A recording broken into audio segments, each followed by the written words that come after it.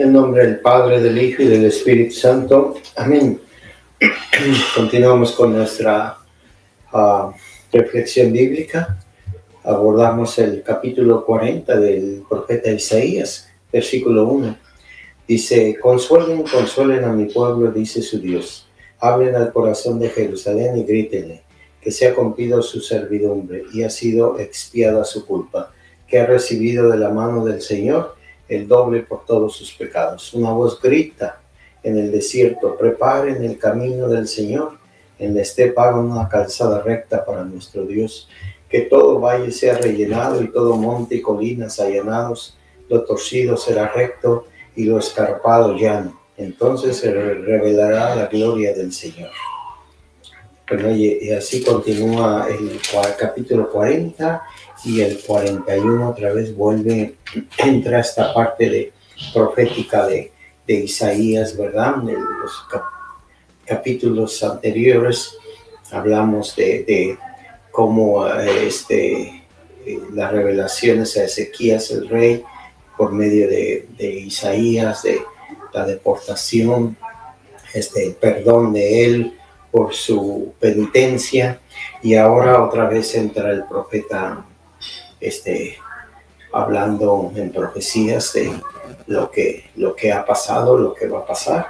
Y aquí en este capítulo 40 habla, recuerdan, en el tiempo de Adviento siempre entra el profeta Isaías, y en los evangelios cuando entra Juan el Bautista, se ponen este pasaje de Isaías en medio. Dice, el profeta dijo, ¿verdad? Que preparen el camino del Señor, dice, que todo valle sea rellenado y todo monte y colina allanados, que lo torcido será recto y lo escarpado será llano. Es una profecía de la venida de Jesucristo. Entonces Juan el Bautista es el precursor, el que prepara, pero está tomada de esta profecía de Isaías, ¿verdad? De que hay que preparar el corazón. Entonces aquí es algo importante en la vida de nosotros. Nosotros tenemos que preparar el corazón de las personas que Dios nos ha puesto cerca de nosotros, las personas que están en contacto directo con nosotros y que tenemos una responsabilidad. Tenemos responsabilidad con todos, pero más tenemos con las personas más cercanas, entre la esposa y el esposo, los hijos, cuando los hijos son pequeños, los hijos son jóvenes, están en la casa, en la comunidad si sirves, las personas que te escuchan, que te buscan. Entonces quiere decir que el Señor te la está dando para preparar el camino. O sea, tus predicaciones, tus enseñanzas que tú das en la iglesia, esa es una preparación, el cual camina el corazón dispuesto para un encuentro con el Señor. Eso siempre es algo importante, recordar que las cosas no son eventos fortuitos o coincidencias, ¿no? Es el Señor, siempre está trabajando en su obra, ¿verdad? En el capítulo 3 de Sabiduría dice: pero las almas de los justos están en manos de Dios y no los tocará tormento. A los ojos de los necios parecía que morían, su partida era considerada una desdicha y la separación de nosotros exterminio, pero ellos están en la paz. Aquí este pasaje siempre lo leemos, casi siempre en un funeral, porque hay muchas personas que, a pesar de tener fe, creen que aquí se acaba la vida. Entonces ellos no han terminado de leer la historia de la salvación, no han terminado de aprender, que se queda uno desolado, ¿verdad? Se murió la persona, ya se acabó todo, nunca más la voy a volver a ver. Digo, en un aspecto humano, no, eso es real, verdadero, sí. Pero en que nuestro alma, nosotros somos eternos, y dice las almas de los justos, es decir, todas las personas que vivieron dándole a Dios lo que le pertenecía y al César, al mundo, lo que le pertenece. Si tú tienes esta línea y la sigues, eres una persona equilibrada, siempre estás luchando por eso, no va a fallar. Vas a ir al reino de los cielos. Pero pero aquí está hablando esta comunidad porque hay gente necia que piensa que se murió la persona y aquí acabó. Dice, ya no hay nada, ya se acabó. No, eso no. Eso es el libro de la sabiduría, consuela. Y la primera carta a los Corintios, capítulo 14, versículos 26, dice, entonces, ¿qué hacer, hermanos? Cuando se reúnan, cada uno puede aportar un salmo, una enseñanza, una revelación, un discurso en lenguas, una interpretación, pero que todo sea para edificar. Bueno, aquí vuelve a hablar otra vez de lenguas, parece que está terminando ya, y les dice, no dejen de hablar en lenguas, pero traten de hacer esto, ¿verdad? Ya les dan cosas específicas, cuántos deben de hablar y que hubiera también alguien que interpretara las lenguas. O sea, les da instrucciones a Pablo a su comunidad. Es un obispo y manda cartas a sus comunidades, ¿verdad? Que así como hacen nuestros obispos, que nos manda cartas, ¿verdad? Claro que con tanto medio que hay nos volvemos como locos. Yo nunca he visto aquí que sea algo muy solemne, que el obispo manda una carta y escribe tantas cosas que ya nosotros no sabemos. Sí, nos manda y nos manda. Pero sería muy bonito, ¿no creen que sería muy bonito? No tanto que te llegaran a tu casa, porque pues, el costo sería enorme, pero sería muy bonito que el sacerdote, tu párroco, cuando el señor cura, el arzobispo, diera una carta a su feligresía, cuando él llegó aquí, a mí me cautivó una palabra que él dijo, que él era el pastor de los corazones. Eso dijo él, no lo dije yo.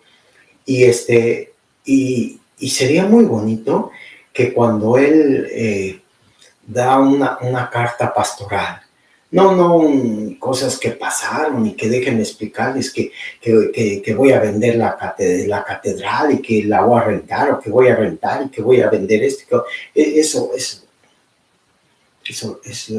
es irrelevante para nosotros. No, yo no me refiero a eso. Yo hablo de exhortaciones de él, ¿verdad? Exhortaciones hacia nosotros. Que desde el púlpito se hiciera una cosa solemne porque nuestro pastor nos está dirigiendo una carta. Querida comunidad hispana de la iglesia de Santa Luisa en Bellevue. Querida comunidad hispana de la iglesia de San Brendan en Bato. Querida comunidad hispana de la comunidad de San José en Issaquah. Querida comunidad hispana de la iglesia de San Antonio de Padua en Carnation. Querida comunidad hispana de la iglesia de María Reina de la Paz en Issaquah. Querida comunidad hispana de Sagrada Familia, de San José, de San Pablo, de San Pedro, de Santa Rita de Casi. Acá afuera.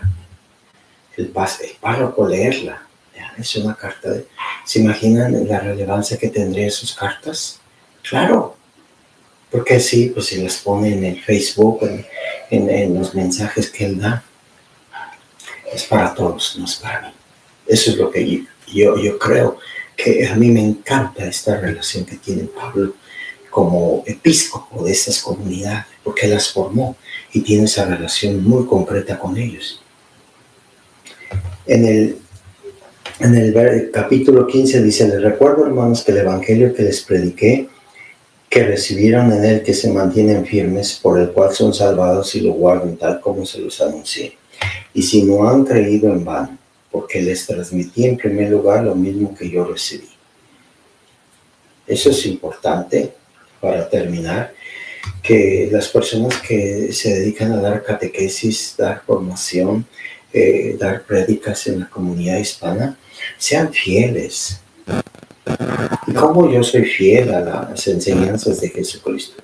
Bueno, una de ellas es que los recursos que tú usas sean la Biblia, el Catecismo de la Iglesia Católica, las cartas pastorales de los encíclicas, de los papas, enseñanzas de la iglesia. Hay un montón de recursos, pero por favor, no, que su recurso no sea otra predicación de un pastor o de un sacerdote, muy buenas. Yo no estoy diciendo que sean malas, pero no estás agarrando el primer recurso. Esos son 2 o 3. A ver qué dice acerca de este tema este sacerdote, este obispo. Pero ya te vas con un pastor. Es lo mismo. Un día una persona me dijo, todo es palabra de Dios. Para nosotros los católicos no es así. Nosotros tenemos que tener un celo para la palabra de Dios. Un celo, como Jesús lo tuvo, y por eso vino y se murió y formó una iglesia, un colegio apostólico. Si no, no lo hubiera hecho.